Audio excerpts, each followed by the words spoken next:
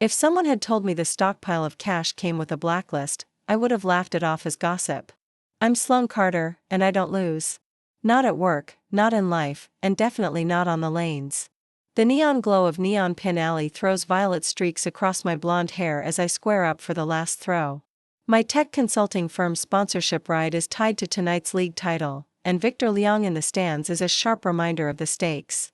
The ball slips from my hand like a precision-guided missile. The crowd explodes, but the noise blurs. Winning tastes familiar, almost dull. Nice form. The words cut into my celebration. I turn to see a woman I've never met, damp and smelling faintly of river water. Brunette hair scraped into a messy ponytail, a neck I shouldn't be noticing. Her brown eyes lock on me with the same focused scrutiny I used to reserve for quarterly reports. "You're late," I say, nodding toward her team's disappointed faces. "Traffic." She shrugs, grabbing a ball. "I'm Marina Alvarez. Sloane Carter." I watch her approach the lane with the fluid grace of an athlete. "What's your excuse for joining a losing team?" She turns back with a smile that makes my chest tighten. "Who says we're losing?" Her first throw sends 7 pins flying. The second clears the rest. "Damn. Lucky shot," I call out. "Technique." She flexes shoulders that could power a small boat. I row competitively that explains the arms and the confidence and why I'm suddenly questioning my own game. The match continues with us trading strikes and verbal jabs. Every time she steps up to throw, I find myself studying the way she moves, controlled power wrapped in determination. When she catches me staring, her smile turns knowing. "Distracted?" she asks during the 8th frame. "Calculating." I line up my shot, but my usual focus wavers. "Your team's still behind. Math isn't everything." She's right. For the first time in years, I deliberately pull my throw left, leaving an easy spare instead of a strike. The competitive part of my brain screams protests, but something deeper whispers that this conversation matters more than any contract. "Interesting strategy," Marina says as I return to our shared area. Sometimes the unexpected move is the right one. Our eyes meet and hold. The bowling alley fades around us, leaving only the space between her breath and mine. I've closed $1,000,000 deals with less electricity crackling in the air. "Drinks?" I hear myself asking as the final scores flash. My team won by 3 pins, but it feels like we both got what we came for. "Murphy's Bar," she says. "Unless you're afraid of losing at something else." I laugh, surprising myself. "I don't lose, remember? We'll see about that." As we walk across the parking lot, I realize she's already won something I didn't even know was up for grabs. My carefully controlled world suddenly feels wide open, dangerous, and exactly where I want to be. Murphy's Bar smells like leather and bad decisions. I slide into a booth across from Marina, watching her fingers wrap around a beer bottle with the same precision she used at the lanes. The dim lighting softens her edges, but not her intensity. "So, what drives a tech mogul to bowling leagues?" she asks. "Networking. Business is about relationships." The lie comes so easily, I almost believe it myself. Truth is, I've been lonely in my penthouse tower for months. And what drives a rower to Mesa? Training. The river here flows different than back east. She takes a long drink, plus cheaper rent than Sunkrest. I study her face, looking for tells like I would in a boardroom negotiation. Instead, I find something unexpected. Honesty. "It's been so long since someone spoke to me without an agenda." "You could have told your team captain you'd be late," I point out. "Could have. Didn't want to." Her brown eyes hold mine. "Sometimes you have to see where the current takes you." The metaphor isn't lost on me. I've spent 10 years swimming upstream, building my company from nothing, while men like Victor Liang inherited their empires. Control became my religion. That's risky thinking for an athlete. All the best things are risky. Something shifts between us. The air grows thicker, charged with possibility I haven't felt since college. Before I built walls around everything that mattered. "I should get going," I say. "But don't move to leave." "Should?" She leans forward slightly. "But you won't." She's right again. Damn her confidence and the way it makes my pulse quicken. We talk for 2 hours. She tells me about pre-dawn training sessions on the Salt River, the meditation of perfect strokes through still water. I find myself describing board meetings like battle strategies, the loneliness of always being the smartest person in the room. "Sounds exhausting," she says when I finish explaining my latest acquisition. Success usually is. Is it worth it? No one's ever asked me that before. The question hangs between us like a challenge. Outside, the Arizona night wraps around us like warm silk. Stars pierce the desert sky, brighter than they ever get in the city's glow. I should get in my Mercedes and drive home to my empty penthouse. Should maintain the professional distance that's kept me safe for years. Instead, I find myself backing against the cool metal of my car door as Marina steps closer. This is complicated, I whisper. Most worthwhile things are. Her lips brush mine, tentative at first, then deeper when I don't pull away. She tastes like beer and possibility, like everything I've denied myself in pursuit of success. My hands find her shoulders, feeling the strength that powers her through water, through life. When we break apart, I'm breathing like I just ran a marathon. Come up. I hear myself saying. I have a view. You should see. Just the view. I smile, feeling reckless for the first time in years. We'll start there. My penthouse elevator carries us 30 floors above Mesa's sprawling lights. Marina moves through my space like she belongs here, touching nothing but somehow claiming everything with her presence. You live like a museum exhibit, she observes, running fingers along my glass dining table. I like clean lines. Where do you actually live? The question cuts deeper than it should. I pour 2 glasses of wine, buying time I don't need. Everywhere. Nowhere. I hand her the glass. I work 16-hour days. That's existing, not living. She's wrong. She has to be wrong. But standing here in my perfect empty space, watching her look out at the city spread below us like scattered diamonds, I wonder if she's the first person to see what I've really built. A beautiful prison. Tell me about the river, I say, settling beside her on my leather couch. Her face transforms as she describes morning mist rising off still water, the rhythm of oars cutting through silence. Her passion flows like the current she loves, pulling me deeper into something I don't understand but desperately want to explore. When she finally stops talking, we're sitting closer than strangers should. The space between us hums with electricity I've never felt in any boardroom victory. Sloane, just my name, but the way she says it makes everything else fade away. Dawn breaks over the salt river like a promise I'm not sure I can keep. I'm standing on the wooden dock at 5:30 a.m., coffee in hand, watching Marina glide through water that mirrors the Arizona sky. This woman has turned my world sideways in less than a week. Her stroke is poetry in motion. Pull, feather, recover. Each movement precise yet powerful, sending her racing shell, cutting through the current like a blade through silk. I've watched million-dollar presentations, but nothing's held my attention like this. You're early, she calls out, bringing her boat alongside the dock. I'm always early. She laughs, water droplets catching sunlight as she lifts the shell from the river. Help me carry this. Her fingers brush mine as we lift the narrow boat together, even through latex gloves, her touch sends electricity up my arms. I'm 44 years old for crying out loud. I should be past this teenage flutter in my chest. Coffee. I hold up the extra cup. I brought. You're getting predictable. But she takes it. Steam curling between us in the cool morning air. We sit on the dock's edge, legs dangling over water that reflects our distorted shapes. In my tailored suit next to her rowing uniform, we look like we belong in different universes. Maybe we do. Why do you do this? I ask, watching her teammates arrive for practice. The water doesn't lie. Doesn't care about politics or money or who your daddy knows. She sips her coffee. Just pure physics. Force times distance. Sounds lonely. So does your boardroom. She's got me there. I've built an empire on calculated risks and careful isolation. Trust no one completely. Reveal nothing that can be used against you. The rules that made me successful have left me watching life from behind glass walls. Will you come to my office sometime, see where I work?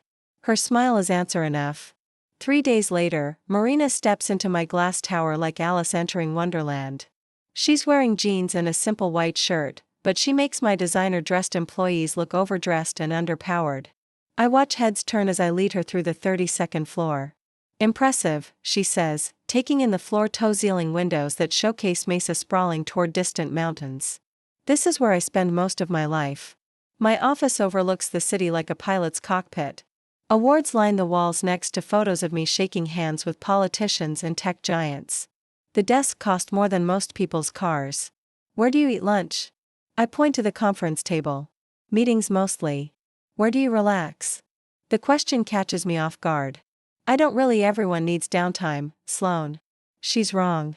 Downtime is dangerous. Downtime lets competitors gain ground. But standing here with her, I realize I can't remember the last time I did anything just for pleasure. My assistant knocks. Miss Carter. The Mercer call is ready. Take a message. Marina raises an eyebrow.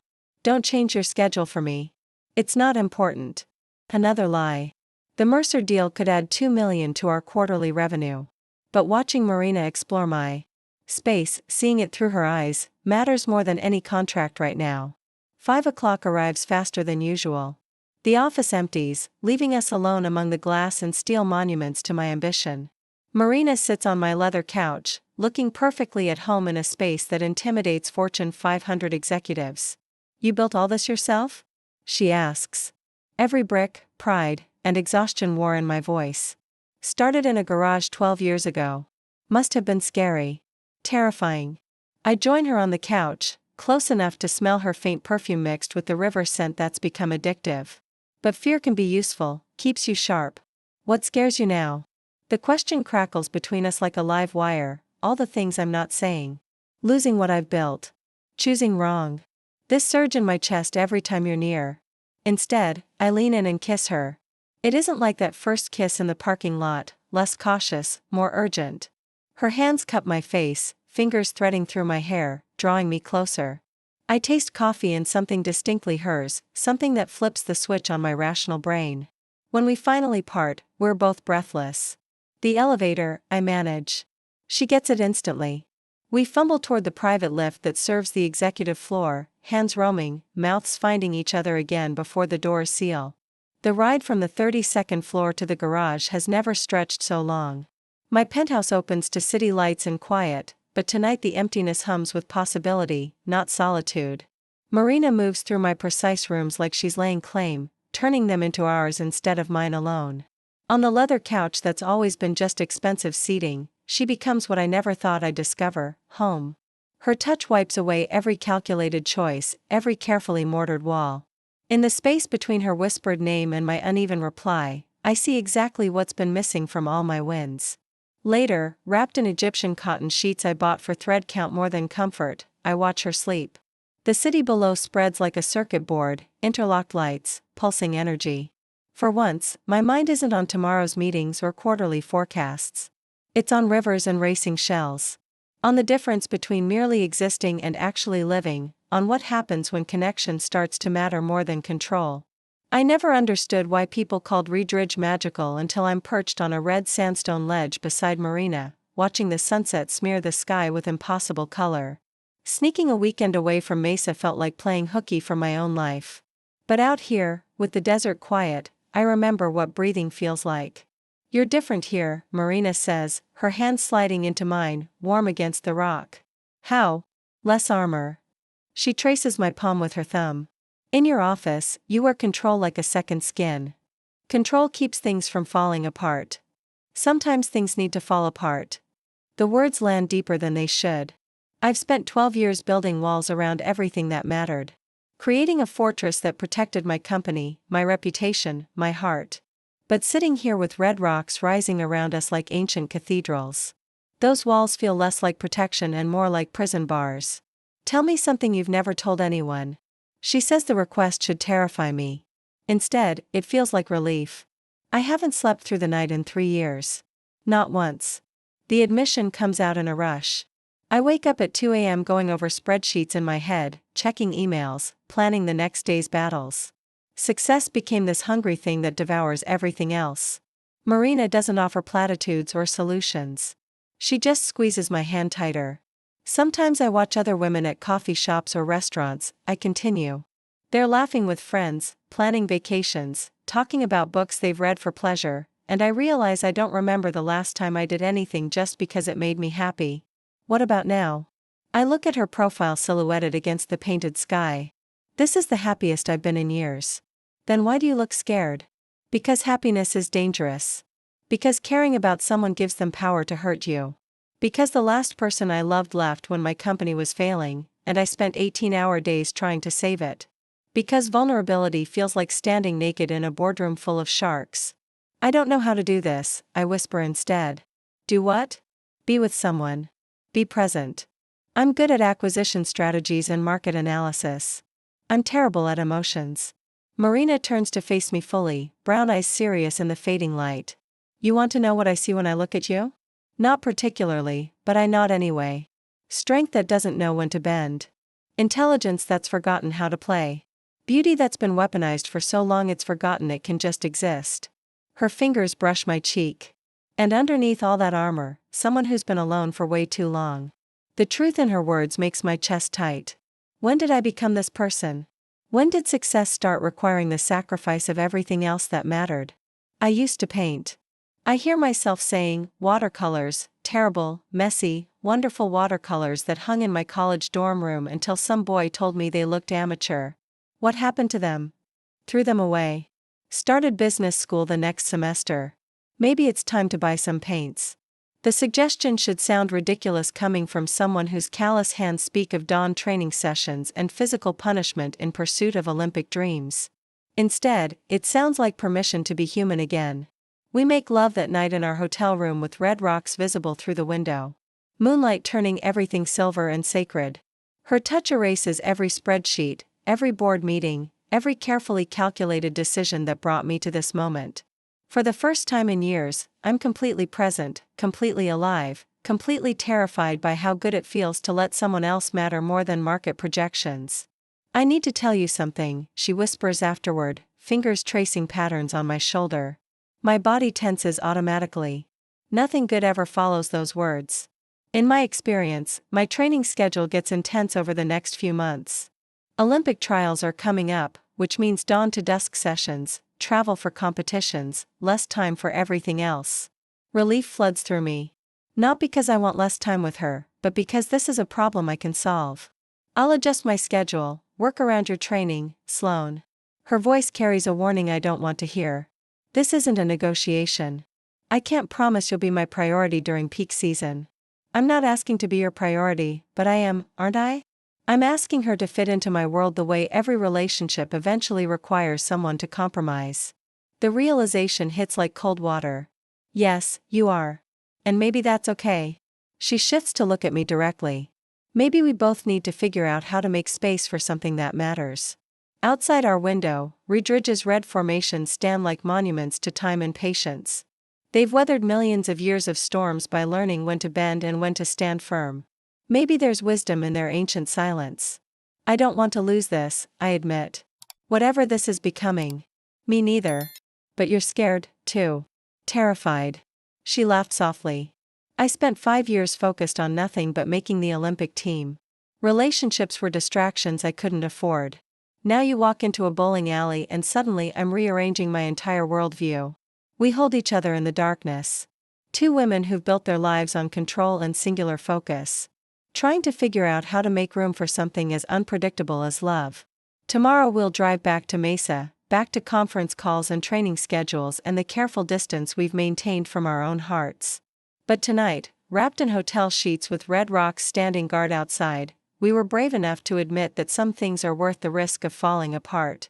The drive back from Redridge should feel like returning to reality. But with Marina's hand on my thigh as I navigate desert highways, reality has never felt so promising. Her training schedule intensifies next week, but I've already cleared my calendar for morning coffee runs to the dock. Some things matter more than quarterly reports. My penthouse elevator carries us up through Mesa's skyline, and for the first time, the space doesn't feel empty. Marina moves through my living room like she belongs here, tossing her overnight bag onto my pristine couch with casual ownership that makes my chest warm. I could get used to this view, she says, looking out at the city lights. Good. I want you, too. The honesty in my voice surprises us both. I'm Sloane Carter. I don't admit wants or needs, but this woman has cracked something open in me that feels too important to hide behind corporate speak. My phone buzzes. Then again, third time's a charm for ruining perfect moments. Ignore it, Marina says. But I'm already checking the display. Unknown number, which usually means either opportunity or crisis in my business. Miss Carter, the voice is crisp official. Completely wrong for a Sunday evening. This is Detective Maya Delgado with Mesa Police Department. I need to ask you some questions regarding Victor Liang. The world tilts sideways. Victor Liang, my biggest competitor and the man whose smug face dominated tonight's bowling tournament just 3 weeks ago. The man whose contracts I've been systematically stealing through perfectly legal but morally questionable means. What about him? He's dead, ma'am. We found his body in his office this morning. I'd like to schedule a time to speak with you. Dead. The word bounces around my skull like a pinball. Victor Liang, who started his company the same year I did mine, who stole my first major client with a handshake deal I couldn't match. Who represented everything I fought against in this business. Inherited privilege. Old boy networks. Casual sexism disguised as mentorship advice. When I managed to ask, tonight would be preferable. Are you available? I look at Marina, who's watching me with growing concern from across the room. 20 minutes ago, we were making plans for breakfast and lazy Sunday morning conversations. Now, a homicide detective wants to discuss my dead business rival. I'll be right there. Actually, we're already downstairs. Building security let us up. The elevator dings before I can respond. Marina stands straighter. Athlete's instincts recognizing danger even without context. I smooth my hair and straighten my shoulders. Slipping back into the professional mask that's protected me through countless hostile negotiations. Detective Maya Delgado looks exactly like her voice suggested. Sharp, observant, completely unimpressed by my penthouse's expensive minimalism. She's accompanied by a younger officer whose name I immediately forget because all my attention focuses on the notebook in Delgado's hands. Beautiful place, she observes, though her tone suggests she's cataloging details rather than admiring decor. Thank you. This is Marina Alvarez, my friend. The word feels inadequate, but I'm not ready to explain our relationship to a homicide investigator. Miss Alvarez. The detective nods politely before turning attention back to me. When did you last see Mr. Liang? The bowling tournament 3 weeks ago. We barely spoke, but you knew him professionally. This is where it gets complicated. Victor and I circled each other like predators for years, stealing clients, poaching employees, undercutting bids with surgical precision. Professional courtesy demanded we maintain civility at industry events. But everyone knew we despised each other. We were rivals, same market. Same clients, intense competition, according to our preliminary interviews. I school my face into neutral. All business is competitive, detective. Were you in your office Friday night between 8 and midnight? Friday night. Think, Sloan. What was I doing while someone was apparently killing Victor Liang? Marina had training camp that weekend, so I was alone, working late, what I always do when feelings get too tangled to sort. Yes. I often work late Fridays. Building security shows your key card entered the parking garage at 11:47 p.m. I left around midnight. The timeline feels off somehow. But I can't say why. Check the elevator logs. I went straight from my office to parking level B. Detective Maya Delgado writes something I can't decipher upside down. Beside me, Marina is perfectly still. I can feel the tension radiate from her like heat off summer asphalt. Did you know Mr. Liang had been receiving death threats? No, it lands too fast, automatic, sharp. What kind of threats? We're still investigating. But his assistant said he was especially worried about a competitor who'd gotten desperate recently. The word hits like ice water. Desperate. Is that how Victor read my recent client wins? The aggressive bids that kept my company alive while his surged ahead. Half our industry could be called desperate, detective. It's a tough market for some more than others. She snaps the notebook shut. We may have more questions as the investigation develops. Please don't leave town without telling us. After they go, silence floods my penthouse like toxic gas. Marina sits motionless on the couch, trying to assemble pieces that don't make a full picture. Victor Liang is dead, I say at last, tasting the shape of the words. I gathered that. Her voice carries a careful neutrality that scares me more than accusations. You looked surprised when she mentioned the threats. Because I was. I didn't know about any threats. But you weren't surprised he was dead. The observation cuts deeper than it should. Was I surprised? Victor collected enemies the way others collect business cards. His company's aggressive tactics had raised smaller competitors without mercy. He wasn't exactly beloved in the industry. That's not an answer, Sloane. She's right. It's not an answer because the real answer is complicated and potentially incriminating. I wasn't surprised because Victor Liang had been living on borrowed time for years, making deals with people who collected debts and blood instead of money. I should probably call my lawyer. Why? Because I'm about to become a murder suspect. The words hang between us like a bridge neither of us knows how to cross. This morning we were planning lazy breakfasts and talking about making space for love. Tonight we're discussing homicide investigations and legal representation. Did you kill him? Marina asks quietly. No. Then we'll figure this out. The simple word carries weight that makes my throat tight. She's choosing to stay, to trust, to face whatever comes next together. It's more than I deserve and exactly what I need. I just hope it's enough. Tuesday morning brings news that shatters what's left of my carefully constructed world. Detective Maya Delgado's call interrupts my third cup of coffee as I stare at Victor Liang's obituary online, trying to reconcile the smiling corporate head's shot with the reality of his violent death. We need to discuss the murder weapon, she says without preamble. My blood turns to Arctic water. What about it? Mr. Liang was killed with a rowing or carbon fiber, professional grade, the kind used by Olympic-level athletes. The phone slips from suddenly numb fingers. Marina looks up from her protein shake preparation. Brown eyes immediately alert to the shift in atmospheric pressure around me. Miss Carter, are you there? I fumble the phone back to my ear. Yes, sorry. Signal dropped. Given your relationship with Miss Alvarez, we'd like to speak with both of you this afternoon. 2:00 at the station, the line goes dead. I set the phone down with exaggerated care, as if sudden movements might cause reality to shatter completely. What's wrong? Marina asks, though her voice already carries the weight of knowing the murder weapon. It was a rowing oar. She goes perfectly still. Not the frozen stillness of shock, but the controlled immobility of an athlete preparing for impact. Her hands stop mid-gesture over the blender. Protein powder suspended between measuring cup and container. That's impossible. Delgado seems to think it's very possible. Sloane. Her voice carries warning notes I've never heard before. I was at training camp all weekend. 40 other people can vouch for my location. There's no way I know that. The words come out sharper than intended, but coincidences make cops suspicious. And this is one hell of a coincidence. She moves around my kitchen island like she's navigating through deep water. Every step considered and careful. When she reaches me, her hands frame my face with desperate gentleness. We'll figure this out. Will we? The question tastes bitter because right now it looks like someone killed my biggest business rival with your sports signature equipment while we were conveniently in different cities. You think I'm involved? I think someone wants us to look involved.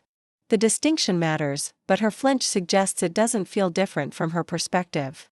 I've spent 12 years learning to compartmentalize, to separate emotion from analysis, but with Marina's hands on my face and fear crawling up my spine, professional detachment crumbles. I need to call my lawyer. Our lawyer? She corrects. We're in this together. An hour later, we sit across from Daniel Mercer, the criminal defense attorney who usually handles corporate malfeasance for my company. He's expensive, connected, and currently looking at us like we're particularly complicated math problems. The rowing oar creates obvious complications, he says after reviewing Detective Maya Delgado's preliminary questions, but the timeline helps. Miss Alvarez's training camp alibi is solid, and Miss Carter's building security confirms her location Friday night. Then why do I feel like we're walking into a trap? Mercer adjusts his glasses, choosing words with surgical precision. Because someone went to considerable effort to implicate you both. The weapon choice isn't random. It's designed to create exactly this kind of suspicion. Who would do that? Someone with access to rowing equipment and intimate knowledge of your relationship. The words hang in the air like smoke from a fire we can't see. Marina's hand finds mine under the conference table, fingers interlacing with desperate pressure. How many people know about us? I ask her. My training partners. Sophia. A few people at the club. Sophia Reyes, Marina's former rowing partner, who's made passive-aggressive comments about Marina's new priorities ever since we started dating. Sophia, who has access to equipment and intimate knowledge of training schedules. We need a list, Mercer says. Everyone who knows about your relationship, everyone with access to rowing equipment. Everyone with potential motives. 2 o'clock arrives with desert precision. The Mesa police station feels like a tomb. All fluorescent lights and industrial carpeting that muffles every sound except our thundering heartbeats. Detective Maya Delgado leads us into separate interview rooms. A detail Mercer warned us about, but still feels like betrayal in practice. Standard procedure, she explains. Corroborating statements work better when they're independent. I spend 90 minutes answering the same questions from different angles. Where was I Friday night? What was my relationship with Victor Liang? Did I know anyone who had access to rowing equipment? The detective's voice remains professionally neutral, but her eyes catalog every micro-expression, every hesitation, every tell that might reveal guilt or deception. Your business has been struggling lately, she observes during what feels like hour 6 of questioning. All businesses face challenges. According to financial records, you've lost 3 major clients to Liang Industries in the past 6 months. Market forces, competitive bidding. That must have been frustrating. The prompt is bait, an opening for anger or resentment they can stretch into motive. I've weathered hostile boardrooms and investor grillings, but this feels different, closer to the bone, more dangerous. Frustration comes with the territory, detective. When Marina and I finally collapse into Mercer's car, we're both wrung dry. She's pale, shaken in ways even the hardest training never managed. They asked about you, she whispers. Your schedule, your access to my equipment, whether you'd ever shown anger toward Liang. What did you tell them? The truth. That you work 16-hour days and barely have time for a personal life, let alone an elaborate murder plot. Thanks for the glowing review. She doesn't crack a smile at the weak joke. Sloan, they know things, about your finances, the contracts you lost. Someone's feeding them information. What kind of information? The detective cited specific deal amounts, client names, details that weren't public. My stomach drops to my shoes. Corporate espionage is one thing. Using insider data to scaffold a murder case crosses a line I never thought I'd face. Who else knew about the Liang contracts? Your staff, board members, maybe competitors watching filings, or someone with a foot in both our worlds. We stare at each other as the shape forms. Someone aware of my business strain and Marina's equipment access. Someone who could tilt the evidence toward both of us and stay safely off stage. Someone very close to home. Sleep becomes a fiction when your world cants sideways. I lie awake Wednesday night, watching the penthouse ceiling while Marina twists beside me, both of us pretending we aren't terrified. The rowing or detail has poisoned everything, turning every shadow into a threat. My phone vibrates at 6 a.m. A message from Sophia Reyes, can we meet? I need to tell you something about Sloan. The words chill me more than the desert morning air. I slip from bed without waking Marina, though her training schedule would have her up soon anyway. Sophia suggests Murphy's Bar, neutral territory where we first kissed 3 weeks ago. Now it feels like returning to a crime scene. Sophia looks terrible. Dark circles hollow her eyes and her usually perfect blonde hair hangs limp around shoulders that shake despite the morning heat. She orders coffee she doesn't drink. Hands wrapped around the mug like an anchor. I saw her, she says without preamble. Friday night at the boathouse. My heart stops. What? Sloan. She was there around 10:30 going through equipment lockers, including yours. The world narrows to Sophia's words and the sudden roar of blood in my ears. That's impossible. She was at her office. I know what I saw, Marina. She had keys. She was looking for something specific. Why were you at the boathouse that late? Sophia's face crumbles. I've been staying there sometimes, sleeping in the equipment room when rent got tight. I know it's against club rules, but with my training stipend cut. The confession hangs between us like a live grenade. Sophia Reyes, former Olympic alternate, reduced to sleeping in a boathouse because athletic glory doesn't pay the bills after dreams die. Sophia, you have to tell the police. Do I? Her laugh sounds broken. Tell them I've been illegally living at the boathouse where the murder weapon came from. Tell them I watched your girlfriend commit what looks like breaking and entering. It wasn't breaking and entering. I gave her my access code. The lie comes so smoothly. I almost believe it myself. But I never gave Sloan my code. She never asked for it. She had no reason to be at the boathouse Friday night while I was 300 m away at training camp. Why would she need your equipment? I don't know. Another lie. I'm becoming fluent in deception. A skill that feels necessary and revolting simultaneously. Sophia leans forward, desperation making her eyes too bright. There's more. I heard her on the phone. She was arguing with someone about money, about deals going bad. She mentioned Liang's name. What exactly did you hear? Something about teaching him a lesson. About people who steal getting what they deserve. The words hit like physical blows. Sloane's voice saying those things in my sacred space surrounded by equipment that trust and dedication built. It doesn't fit the woman who holds me at night. Who's learning to let control soften into connection. Sophia, I need you to think carefully. Are you sure it was Sloane? Blonde hair, expensive clothes, driving that silver Mercedes. Who else could it be? Who else indeed? But something about Sophia's story feels orchestrated, too convenient in its devastating details. Sloane might be ruthless in business, but sneaking around Botus at midnight doesn't match her direct approach to problems. You have to report this. I will, but Marina. Her hand reaches across the table, touching mine with desperate familiarity. Be careful. I know you care about her, but people aren't always who they seem. I leave Murphy's bar with Sophia's words echoing in my skull and drive straight to Sloane's office tower. She's in a morning meeting, but her assistant waves me through when I explain it's urgent. Through glass walls, I watch Sloane command a conference room full of suits, completely in her element, radiating competence and control. This woman sneaking around Botus. Impossible. Marina. She excuses herself from the meeting when she sees me. What's wrong? We need to talk privately. Her office feels different today. The awards and photographs seem accusatory rather than impressive. The view of Mesa spreads below us like evidence of ambition that might have finally gone too far. Sophia says she saw you at the boathouse Friday night. Sloane goes perfectly still. Not the careful stillness of someone choosing words, but the frozen reaction of someone processing unexpected information. That's impossible. I was here until midnight. She was very specific. 10:30, going through equipment lockers on the phone about Liang. Marina. Sloane's voice carries warning notes. I don't recognize. Sophia Reyes is lying. Why would she lie? I don't know. But I've never been to your boathouse at night. I don't have keys or access codes. I was in this office Friday working on the Patterson proposal until security logged me out at 11:47. Then why does she say she saw you? Sloane moves around her desk, hands reaching for mine, but I step back. The distance feels necessary and heartbreaking simultaneously because someone wants us to doubt each other.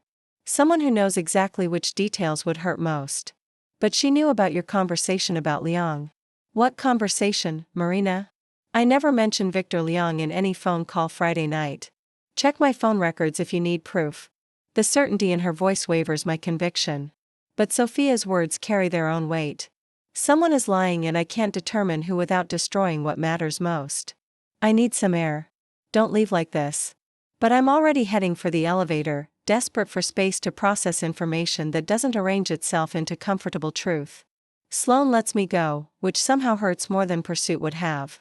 The rowing club sits beside the Salt River like a temple to dedication and sacrifice. I find Sophia in the equipment room organizing oars with mechanical precision. Her movements halt when she sees me. Did you talk to her? She denies being here Friday night. Of course she does. Sophia sets down an oar with careful control.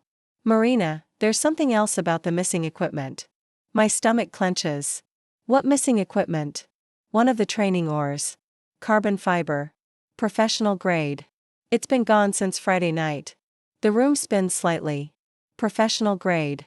Carbon fiber. Exactly what Detective Maya Delgado described as the murder weapon. Could it have been misplaced, borrowed for repairs? I keep detailed inventory. Someone took it Friday night while I was hiding upstairs. Someone who knew exactly which locker held the best equipment. Sophia. My voice sounds hollow to my own ears. Why didn't you mention this earlier? Because I was hoping I was wrong because I wanted to protect you from the truth. The truth? As if truth were singular, knowable, something that could be protected or exposed rather than assembled from fragments of perspective and motive. You have to tell Detective Maya Delgado. I know, but Marina, when I do, they're going to arrest Sloane. The evidence points directly at her. Outside, the Salt River flows with indifferent certainty toward destinations it's never questioned. Water doesn't lie, doesn't manipulate, doesn't present convenient evidence at perfect moments. Water simply follows physics and geography toward inevitable conclusions. I wish human truth were equally straightforward. My phone buzzes. Sloane's name on the display, but I'm not ready for her voice or explanations or the desperate need to believe her despite accumulating evidence. Instead, I sit by the water where we first kissed, trying to reconcile the woman who makes love like worship with someone capable of murder. Trying to understand how love and doubt can occupy the same heart simultaneously. The sun sets over Mesa while I wrestle with questions that have no comfortable answers. Thursday morning arrives with news that changes everything. Detective Maya Delgado's warrant hits my company like a precision strike, freezing assets and seizing computer files while reporters gather outside like vultures. By noon, my face dominates local news cycles as person of interest in tech executive murder. Marina finds me in Mercer's office, hollow-eyed and running on fury instead of sleep. She looks equally destroyed, caught between loyalty and mounting evidence that someone's carefully constructed to destroy us both. They have Sophia's statement, Mercer says without preamble. Missing equipment, supposed sightings, recorded phone calls.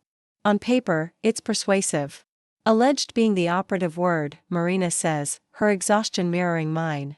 Maybe we should consider that Sophia's telling the truth. The suggestion lands like betrayal. After everything we've built, every wall I've dismantled for her, she's choosing doubt over trust. You think I killed Victor Liang? I think someone did. Someone with motive and opportunity, but I don't know about means. I can't tell carbon fiber from cardboard.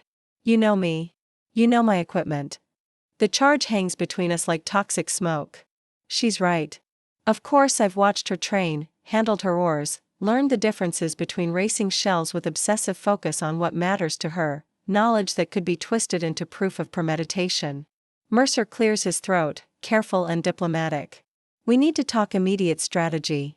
The warrant net is expanding. They'll want to search your penthouse, your car, anywhere you could have hidden evidence. There is no evidence, because I didn't kill anyone. Even so, we should prepare for an arrest. Bail will be substantial given the charges and your financial resources. Arrest. The word tastes like ash and ruined futures. I built my company from nothing. Survived hostile takeovers and economic slumps. But criminal charges could level everything in weeks, not years. There has to be another explanation. There is. Marina's phone buzzes with a text that drains the color from her face. Sophia wants to meet. She says she has more information about the real killer. 2 hours later. We're heading toward the Salt River boathouse in Mercer's car. Electronic surveillance makes my Mercedes too risky for a clandestine meet. Late afternoon light turns the water into molten copper while Marina threads back roads with white-knuckled precision. This feels like a trap, I murmur. Everything feels like a trap lately. She's right. Paranoia has become our baseline, turning every conversation into potential evidence and every relationship into suspect motive. Love shouldn't demand this much courage. The boathouse sits empty in the golden light, rowing shells aligned like sleeping giants along wooden racks. Sophia's car is in the lot, but something about the tableau is wrong, too quiet, too perfectly arranged. She's probably inside, Marina says, though her voice carries an uncertainty that matches the dread rising in me. We approach the building together, footsteps echoing off water that reflects our distorted shapes. The main door stands slightly ajar, invitation or warning depending on perspective. Sophia, Marina calls out. No response except river sounds and distant traffic. Inside equipment rooms stretch into shadows that could hide anything or anyone. This was a mistake, I whisper. Too late now. Sophia emerges from the far storage room, but something's wrong with her movements. Too mechanical, too controlled. In her hands, she carries a rowing oar like a weapon. Carbon fiber gleaming in filtered sunlight. Hello, Marina. Sloane. Her voice sounds different, flatter, stripped of the desperate emotion that characterized our earlier conversations. Sophia, what's going on? Justice. She moves closer or shifting to a more aggressive angle for people who steal everything that matters. My mind races through possibilities, none of them comfortable. Sophia's been manipulating evidence, feeding information to police, creating a narrative that implicates us while positioning herself as helpful witness rather than primary suspect. You killed Victor Liang. Victor Liang was collateral damage, a casualty in a war you started when you stole my life. I never stole anything from you, didn't you? Sophia's laugh sounds broken glass. Training partners, Olympic dreams, now the one person who might have loved me if you hadn't gotten there first. The confession unravels like rope in a strong current. Sophia's obsession with Marina, her financial desperation, her access to equipment, and insider knowledge about my business struggles. She's been orchestrating everything from the beginning. Sophia, put the oar down. Like you put down your guard with me, like Victor Liang put down his when I visited his office Friday night. She takes another step closer. I told him about your relationship, about the evidence I was planting. He thought it was hilarious that 2 women would go to prison for his murder. But he didn't die laughing. No, he died surprised. Marina moves slightly to my left. Athlete's instincts calculating angles and distances. Sophia notices immediately, adjusting her position to keep both of us in striking range. Don't try to be heroic. I've spent 5 years perfecting my stroke technique. This won't work, Sophia. Too much evidence points to you now. Evidence I've been careful to eliminate or redirect. My fingerprints were already on equipment. My presence at the boathouse was normal, but your presence Friday night, your financial motives, your access through Marina, perfect motive and opportunity. Except I was never here Friday night, weren't you? Sophia reaches into her pocket, producing a key card with Sloane Carter printed clearly across the magnetic strip. Corporate espionage is so easy when building security consists of minimum wage guards and outdated cameras. The pieces click into place with horrible clarity. Sophia cloning my access card, using it to establish false timeline evidence while actually committing murder elsewhere. My building security logs would show my card being used, but not necessarily by me. You've been planning this for months, years, ever since the Olympic team passed me over for younger athletes. Ever since I realized dedication and sacrifice meant nothing compared to politics and luck. Sophia. Marina's voice carries the same tone she uses to calm spooked rowing partners. This isn't the answer, isn't it? You'll both disappear into the prison system. I'll inherit your training spot, your equipment access, maybe even the sympathy of your mutual friends and live with murder on your conscience. Conscience is a luxury I can't afford. She raises the oar like a club. Carbon fiber whistling through air toward my skull. Marina launches herself forward with explosive power, tackling Sophia around the waist and sending both women crashing into equipment racks. The impact sounds like breaking bones and splintering dreams. Ours scatter across concrete floor while 2 athletes fight with desperate intensity over futures that can't coexist. I grab my phone, dialing 911 while their struggle determines who lives and who answers for Victor Liang's murder. Mesa Police, what's your emergency?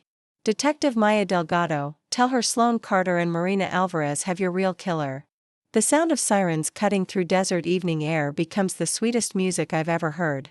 Detective Maya Delgado arrives with enough backup to secure a small country, but by then, Sophia Reyes sits cuffed and bleeding from a broken nose while Marina holds ice to her bruised knuckles. Miss Carter, Miss Alvarez. Delgado surveys the scene with professional satisfaction. Interesting way to conduct citizen arrests. She confessed, I manage adrenaline making my voice shake to killing Victor Liang to planting evidence to stealing my key card access. We heard. She holds up a small recording device. Building security called when they detected unusual activity. We've been listening from the parking lot for 10 minutes. Sophia looks up from her position on the concrete floor. Mascara streaking down cheeks that once inspired athletic magazine photo spreads. You have nothing that will stick in court. We have recorded confession, physical evidence, and witness testimony. Plus, the financial motive investigation turned up your gambling debts and embezzlement from the rowing club. Delgado signals for Sophia to be loaded into the police cruiser. Miss Reyes, you have the right to remain silent, though that ship seems to have sailed.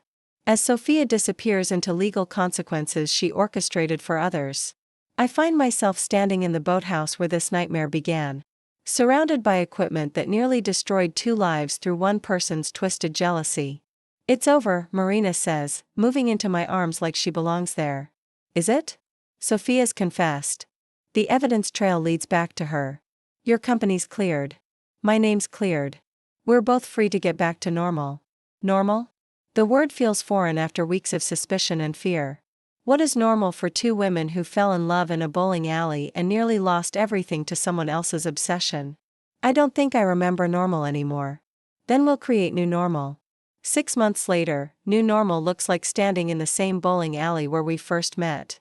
Watching Marina line up a shot that could win our team the corporate league championship. Her form is perfect, powerful, shoulders coiled. With controlled energy before releasing the ball toward pins that fall like dominoes. Strike. The crowd erupts in celebration while I grab her face and kiss her hard enough to taste victory and possibility in the future we've earned through surviving the worst someone could throw at us. Marry me, I whisper against her lips. Here, now? Why not? This is where it started. Her smile outshines every neon light in Mesa Lanes. Yes.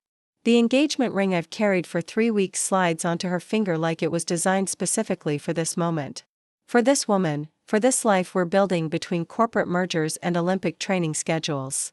Detective Maya Delgado watches from the crowd, off-duty, but apparently enjoying the show. Sofia Reyes serves her sentence in state prison, where rowing practice consists of laundry detail rather than Olympic dreams. Liang's company dissolved into acquisition pieces that my firm helped assign to ethical competitors. You realize we're about to become one of those couples everyone secretly hates. Marina observes as we acknowledge congratulations from teammates and friends. Rich and happy. Disgustingly content. I can live with that. We kiss again, surrounded by the sound of falling pins and cheering voices and the promise of mornings spent watching her cut through river water like she's pursuing dreams that finally include room for love. The neon lights reflect off her new ring, casting rainbow patterns across walls that witnessed our beginning and now celebrate whatever comes next. My phone buzzes with a text from my assistant. The Patterson merger went through ahead of schedule, adding 17 million to quarterly projections. 6 months ago, that news would have been the highlight of my week. Tonight, it's background noise to the sound of Marina's laughter. What are you thinking about? She asks. Watercolors. Come again? I'm thinking about buying some watercolors. Terrible, messy, wonderful watercolors that have nothing to do with quarterly reports or market share.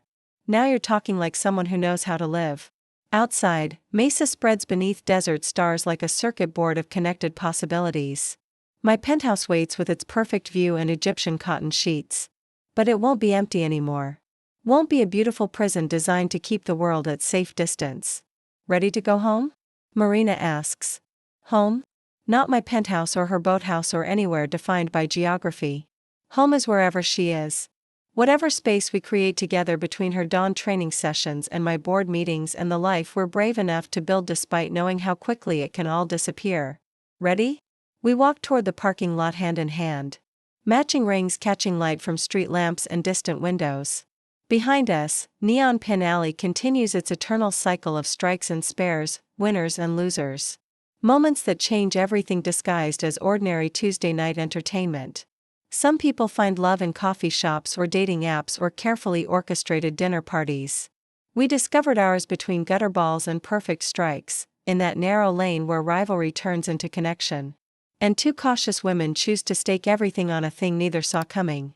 The road ahead lies smooth as still water, ready for whatever currents decide to carry us.